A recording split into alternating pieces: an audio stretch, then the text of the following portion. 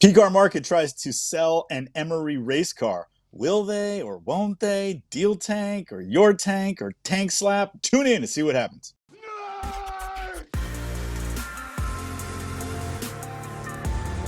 Get those words!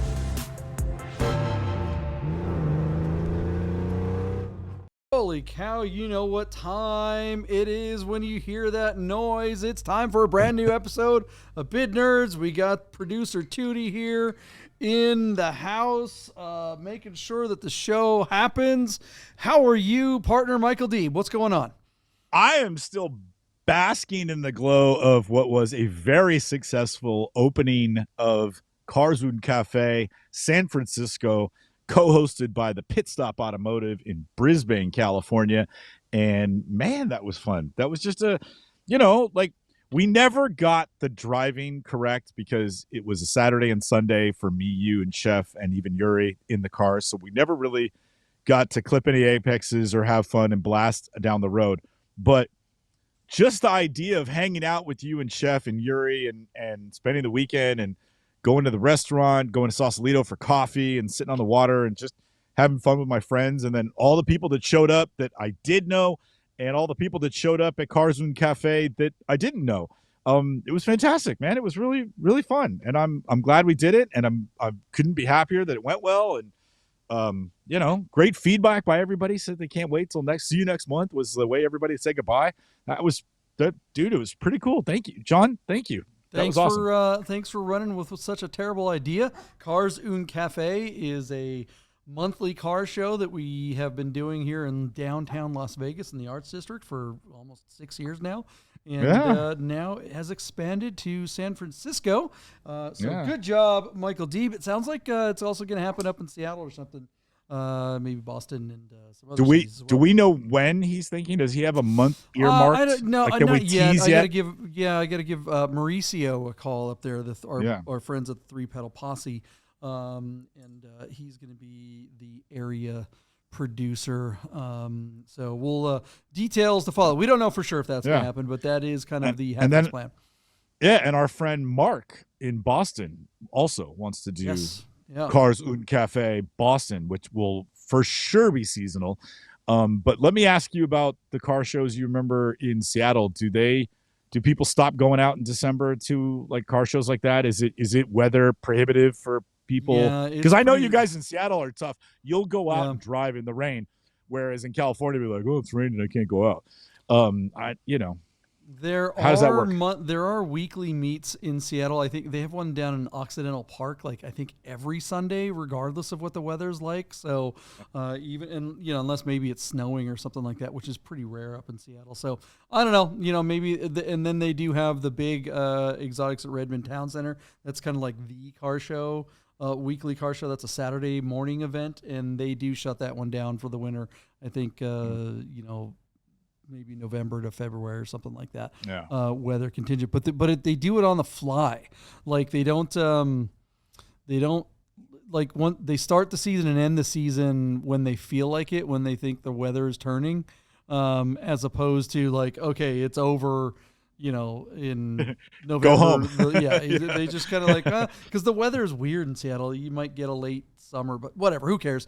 Carsun Cafe in these two cities, Las Vegas and San Francisco. Maybe it'll be in your city soon. If you want to be a sponsor for Carsun Cafe and sponsor an event, a monthly event in your town, let us know. Maybe we can help you get that happen. All right. So if you tuned into the show, you're like, what the heck are Bid Nerds? I saw the tease. I'm like, what is this show? Deeb, you wanted to hop in with one more thing before we talk about the show? Yeah, one more thing. All right. Okay. Because I meant to ask you this all weekend and I forgot to.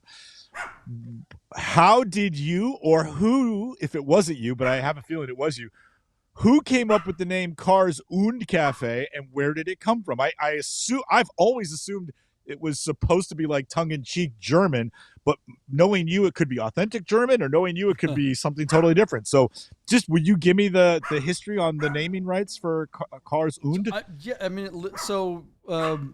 Solomon Braun, our good friend Solo, here in Las Vegas. He's kind of like the Pope of the car scene here in Las Vegas. That's a great analogy. He was he started Cars and Coffee here in Las Vegas like 13, 14 years ago. I He went sold to it a one couple in years ago. Yeah, I went to one in 2016 when I interviewed for my job at Godden a year earlier. Yeah. So, so that show, he built that from the ground up. He was a legit franchise owner because Cars and Coffee is a franchise. You have to buy the rights for that. So he built that, got revenue. He had tons of sponsors, and the show continues today under a different name. It's a long story. But yeah, so that's, so at the time it was still going on. And I wanted to do something that was like a micro Luft just for the local community, something that was just classic Porsches and old cars and old Euros and kind of, Radwood era type stuff, maybe as an adjacent thing. But not to sound snooty or literally exclusive, but we didn't here in Las Vegas. Most car shows are just, they're domestic. Domestic car. There's just huge car shows here. Domestics, JDM stuff, but just rows and rows and rows of old vets and Camaros and things and old guys and lounge chairs and stuff like that. And that's just not what we wanted to do. So we wanted something to be small and kind of like Luftkult, but on a really, really small scale on a monthly basis. And so it was like, well, it's Cars and Coffee, but just German. So Carsun Cafe it was. And that was, we went with it. And so far, so good. Israel Hernandez made the logo that we still use today. So shout out to Israel, who's now in Mexico. He moved down to Mexico. He's been happy down there for like 4 years. Climbed the wall and went into Mexico. He left America and immigrated down there. So anyway, shout out to him. Great designer. And a lot of people don't know this about Israel. When he was young, he ran away from a circus and joined an orphanage. Yeah, right. All right, guys, thanks for hanging out so far. So this show, if you're new to the Bid Nerds, what we do is we find the most interesting car of the day from all the automotive auction sites like Bring a Trailer, Cars and Bids, PCAR Market sometimes, Haggerty Marketplace, and more.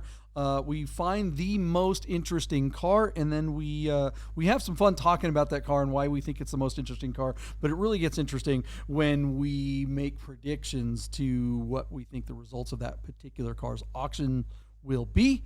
And then we reconcile our predictions with what actually happens. So we go into the future, and we will show you if our predictions were correct or not, which in most cases they're not. So you can play along. It's like The Price is Right, only with cool cars instead of washers and dryers. Michael Deeb, what is today's most interesting car? So, John, you and I have had the honor and pleasure to not only meet, but actually get to know Rod Emory and call him a friend. Which is really cool. You've done videos of not only him and his cars and his shop, but with his family. And because of that, I've gotten to know him. When we were at Luftkult, he stopped to say hi to me and Esther and bent down and played with Celeste for a while. I mean, the guy he's really something special as a person, and he's an unbelievably talented fabricator when it comes to automobiles. A third-generation fabricator who have left an indelible mark on the air-cooled world. His grandfather started the Outlaw. His father started the Baja Bug. And Rod will probably be ever known for the Emory Specials. And while this car is not specifically an Emory Special because it's not a 356, today's most interesting car is a 1968 Porsche 912 Coupe with a 2-liter flat six conversion. And the car was built by Rod Emory. It's on PCAR Market. So it's just like I'm already starting to shake, John. It's just like it's making me really upset that a car this special is on a platform that has like 2 left feet. You know what I mean? And I don't understand how they got this car. The car is located in La Cañada Flint Ridge, which is down in Southern California. The car is showing 76,900 miles, but its true mileage unknown. Emory the wording right off the bat. This 1968 Porsche 912 Carmen Coupe is said to have been created by renowned builder and fabricator Rod Emory before it was delivered to its first customer back in 2002. So it's safe to think that this car was built in 2001, and it was delivered to his customer in 2002. But I went down and read the comments, and the first comment is there any documents to validate that Emory built the car? 4 comments later, the seller says, "Thank you." No, he says 4 comments. He says, blah, blah, blah, blah, blah. Where'd it go? I will post a link to a thread on Pelican by Mark P, who bought the Porsche from Rod Emory and documented this purchase and his experience.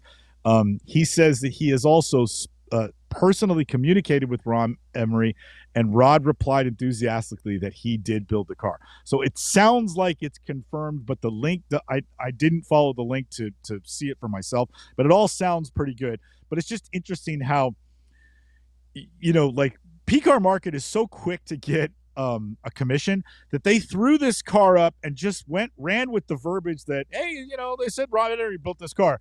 Like, why wouldn't you just take a time out for 2 days and tell your consignor, can you get some sort of validation, because that's going to build tremendous value in the car. That stuff should have been done before this car went live. That's what I think a professional auction house would do. And it chaps my hide, JP, that we keep covering stuff on PCAR Market and they keep doing stuff like this. They're not doing the consignor any favors. They're not doing anybody any favors, and taking the time to do it right to build the value in the car. So enough about the platform. Let's talk about the car. Tangerine Dream. The car looks spectacular in this livery. It seems to have been built with a 2-liter that Emory himself built, the 2-liter to like a racing specification. So it's got a pair of triple choke Webers. It's got Wiseco pistons. It was ported and polished. It's got 911S cams, and then the car's got a limited slip differential, 5-speed, stainless brake lines and Bilsteins, and a full roll cage and a detachable steering wheel. This car looks like it was built for somebody who wanted to take it racing. So it's not an Emory special in that, his 356 comes out and they look like, they look like what they are, which is $500,000 cars with all the modern amenities. This car still looks very raw inside, in that they built the car more from a mechanical standpoint. It was driven by mechanics and performance and using the best equipment that would be period correct so that it could vintage race. And then the livery and the cosmetic finish was like an afterthought, like the secondary thing. And so this isn't a typical Emory build, but it doesn't make it any less of a cool car to me. And so I just think this thing is really effing cool, JP. I think it's worth $200,000, and I believe that this car will not come anywhere near it. If it does, it's simply because the Emory name will carry it. I don't think it stands a chance because of the way PCAR Market, caters to their audience, which is the wrong way to say that, because I don't think they cater to their audience at all. I think they cater to their business interests. And I believe that's what drives them. That's their modus operandus. And it's a head scratcher that this car isn't at least on BAT. And if it's a real Emory, this car should be in a live auction in Monterey in a couple of weeks, the people that can afford an Emory and don't want to wait 3 years can buy this are all going to be drinking wine and at all those live auctions. And so this to me, especially with the timing of this, is just a huge swing and a miss. Like, again, if this car brings $250,000 and sells, then I'll eat crow and I will formally apologize. But I don't think that's going to happen. And then the car's kind of burnt. Like, time and time again, I can't believe that anybody left who has any rudimentary understanding of the market would trust PCAR Market with their asset. And so this is frustrating to me, because I do really like this car. I think it's cool. It's very niche, right? It's barely a street car, although it's street legal because it's just exempt, So this wouldn't be for everybody, but I really like the car. This is cool. I would love to drive something like this. I bet Rami would love a car like this, and I know you would love a car like this.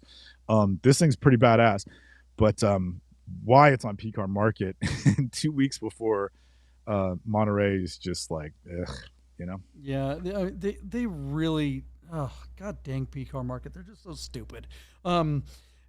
Look, the seller of this car should have done a lot more homework. I'm with you 100%. If this were Rod's car, so okay, let's back up. Rod Emory cars. What we think of when we think of a Rod Emory car is we think of a bespoke absolutely perfect. Every last detail, every nut and bolt been, they Yeah. rotisserie.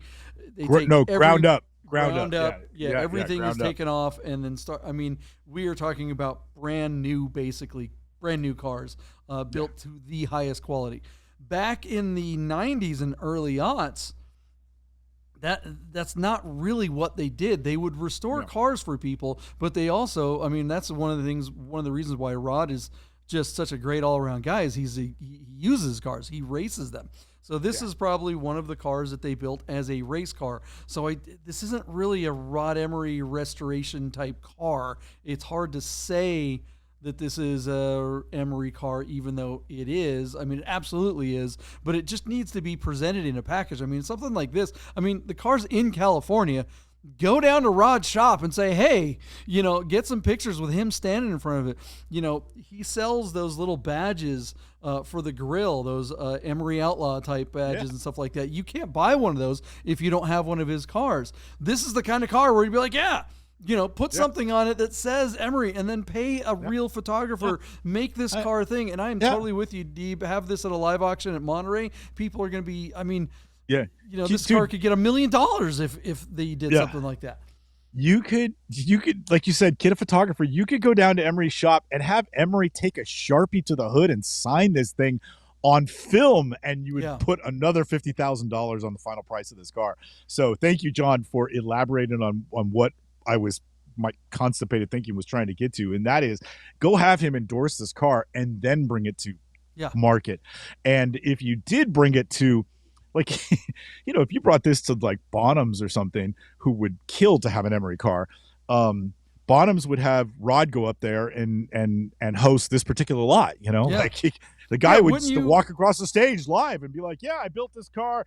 Me and my kid Zane, we worked on this for da-da-da, or my dad Gary helped me with this car.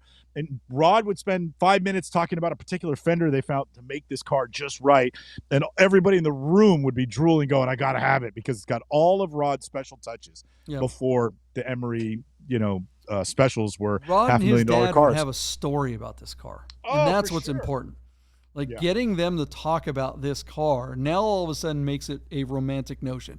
Oh yeah, we bought this car the weekend that Amy and I went, that's Rod's wife, went and did something special. Or maybe, it was like 2 weeks after they had Zane or something like that. I mean, it's that the car's been around for a while. Who knows what the story behind this car is, but Rod is the kind of guy who would come up with one.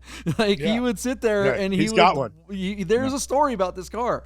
And so this car will probably bring some money because his name has been, I feel like, in a dirty way slapped on this car. And PCAR Market is they're just so effing stupid.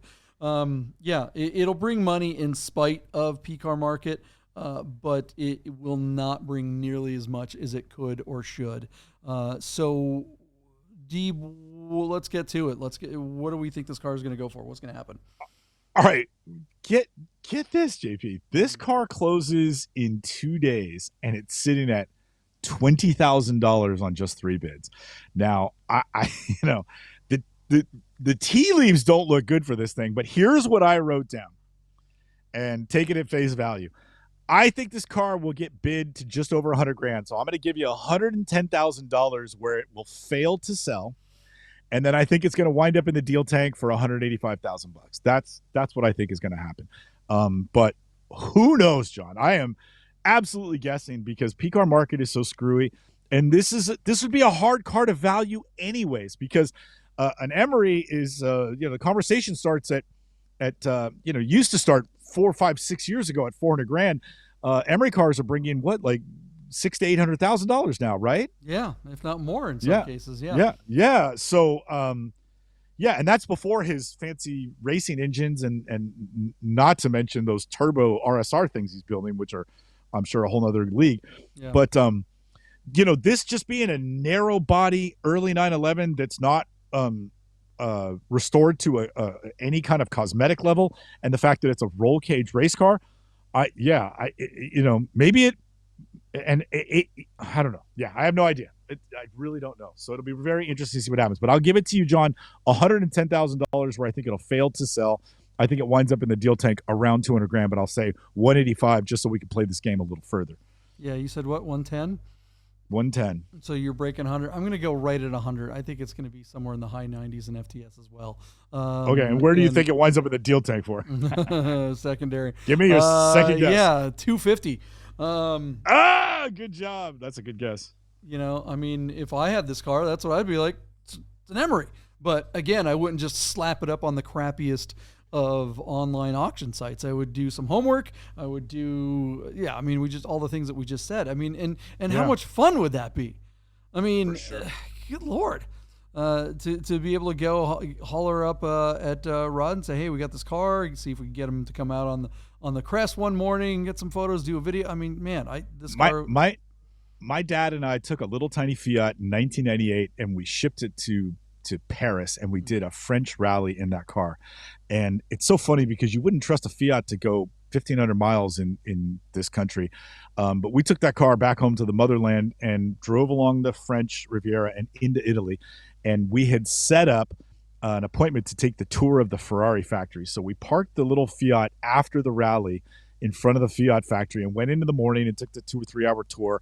And as we were leaving, it was noon and the factory was on lunch break, and there's a restaurant right across the street. So all these factory workers were standing over the Fiat with a California plate and French Tour de France auto rally stickers all over it. And all these Ferrari mechanics with their white smocks and their Ferrari badges are like looking at the car and smoking, and they're like doing this. And my dad is taking photos. Somewhere I have these photos of the mechanics looking at the car in front of the factory.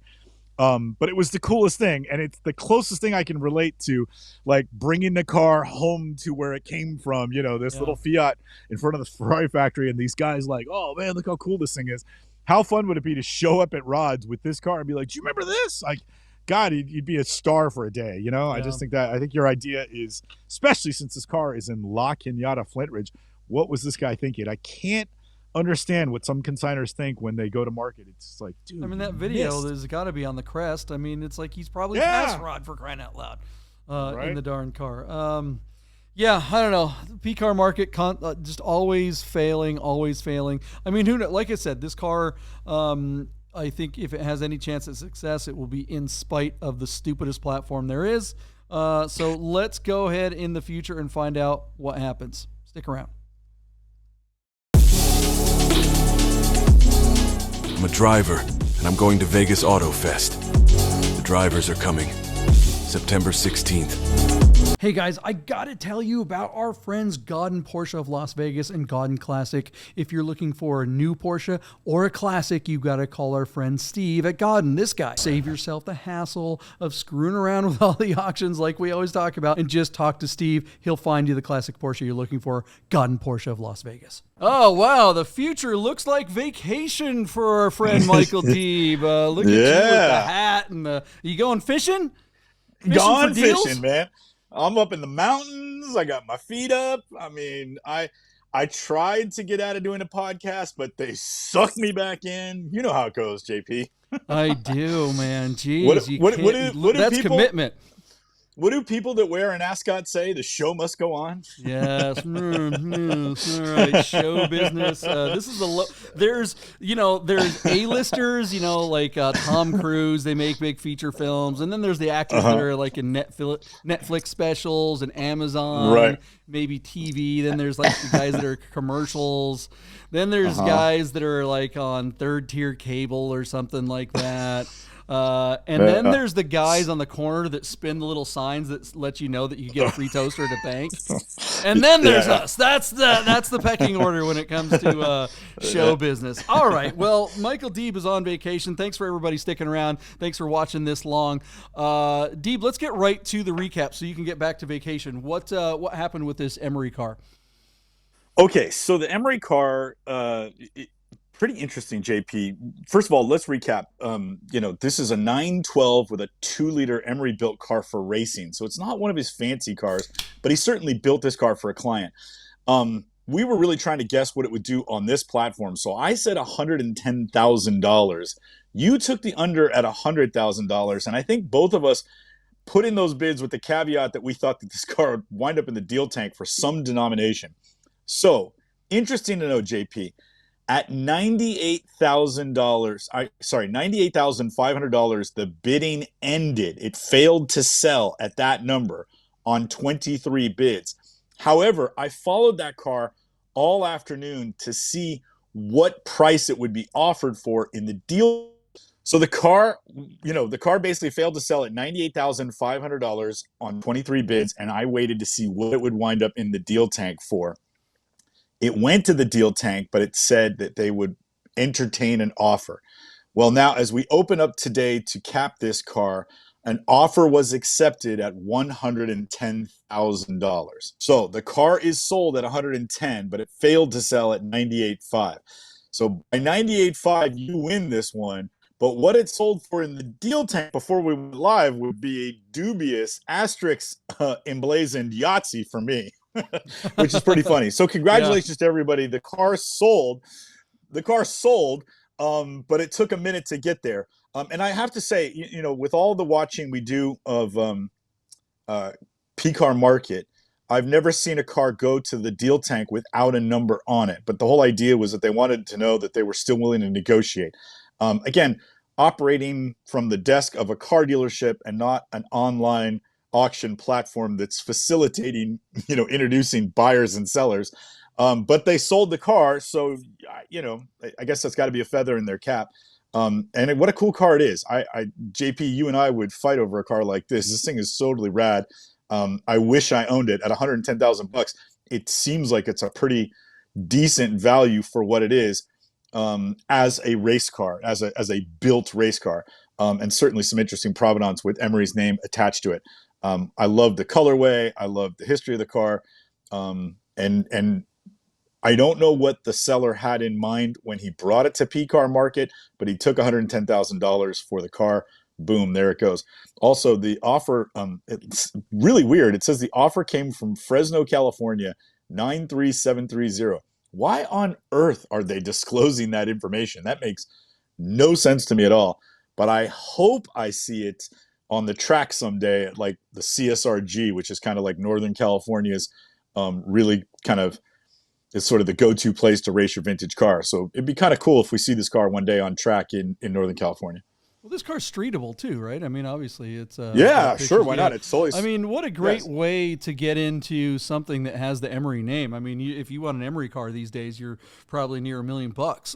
So I mean, this has got to be the least expensive way in. I think BAT would have brought more money as per usual. So it never really made it to the deal tank technically though, did it? It just failed to sell, and then it was like usually when they end an auction and it FTSs, it doesn't say, bid to and then goes to the deal tank. Usually, the used car salesmen at PCAR Market are pressuring the sellers and the buyers. Hey, who wants to get an opportunity? We got an opportunity here. That's the way, obviously, they're some poor schmuck is on the other line just going, oh my God, these check jacket guys. So God only knows that conversation. Ultimately it worked out. There's a sale, but, it didn't. I don't think technically it made it to the deal tank. I think it just basically sat in limbo while the bidders were being hit up by the used car salesmen at PCAR Market until they could make a deal, right? Yeah, what winds up happening? The white belts from Oyster Bay say something like, the last bid was 98,500. And then, or like the highest offer, and then it's like, well, we're still accepting offers. Like, even though the clock ran out, I mean, they're kind of ruining their own platform by doing it that way. Yeah. But nobody's surprised by that.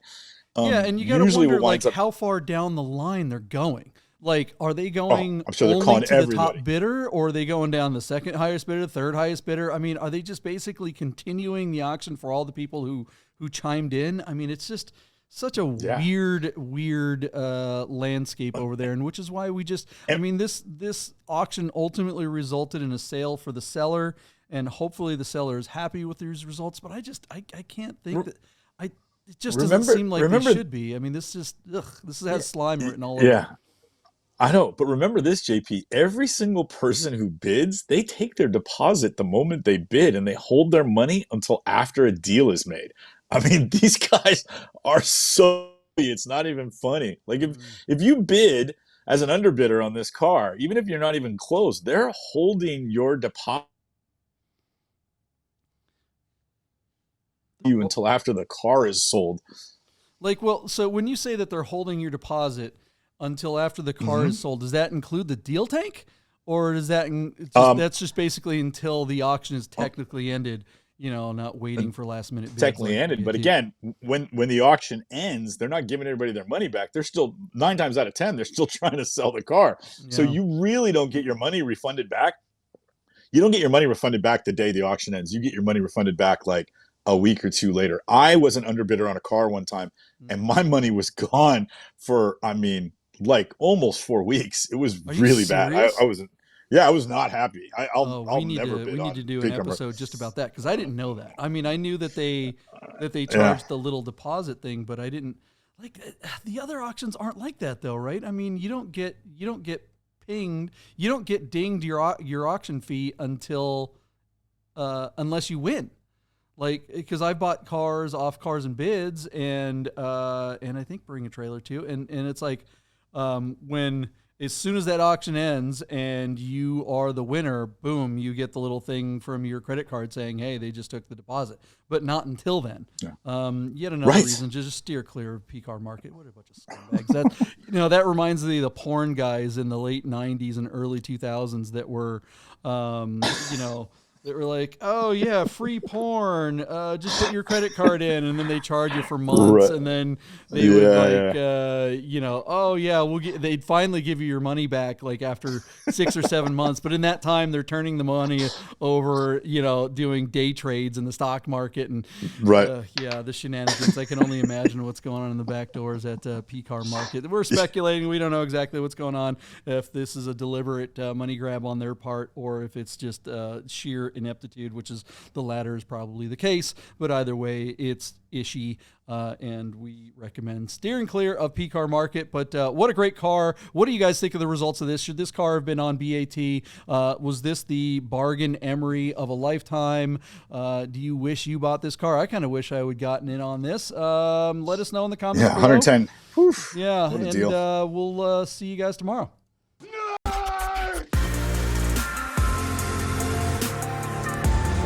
Get the word!